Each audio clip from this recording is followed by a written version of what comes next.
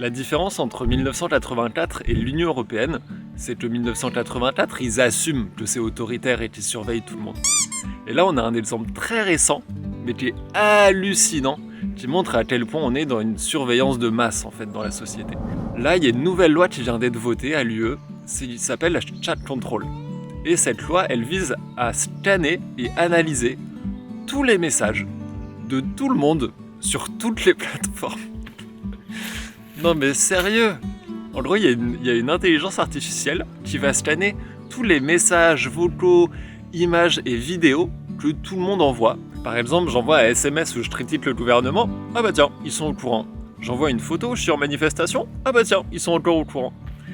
Mais bah attention, par contre, ils le justifient. Ils disent que Chat Control, c'est pour lutter contre la pédocriminalité. Ouais, grave, ouais. On y croit. Et pour se rendre compte, c'est même les applications Signal et Telegram, donc les applis cryptées qui sont beaucoup utilisées dans les milieux militants, qui elles aussi vont être scannées.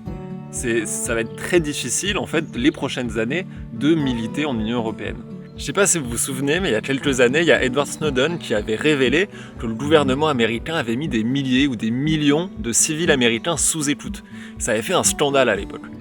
Et bah là, l'Union Européenne, ils se sont dit, tu sais quoi, pour éviter un scandale, on va le mettre dans la loi. Franchement, ils vont nous laisser tranquilles. Pour ceux qui me connaissent pas, moi c'est Léo Commune et je fais des vidéos sur pourquoi faut faire une révolution et pourquoi faut la faire genre bientôt.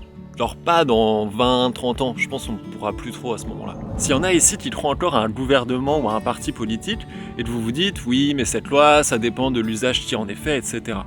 Et bah dites-vous qu'il suffit que ce gouvernement ou ce parti soit détrôné pendant une élection ou un coup d'état par un autre gouvernement, et bah cet autre gouvernement mal intentionné, il aura tous les outils en place pour instaurer un fascisme, une nouvelle dictature.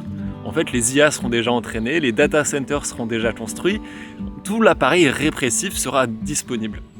Et je trouve que cette loi, elle montre bien en fait le réel impact de l'IA, de la construction des data centers. Tous ceux qui se disent oui mais tout ça c'est neutre, bah non en fait là on a un exemple très précis des usages que l'État en fait.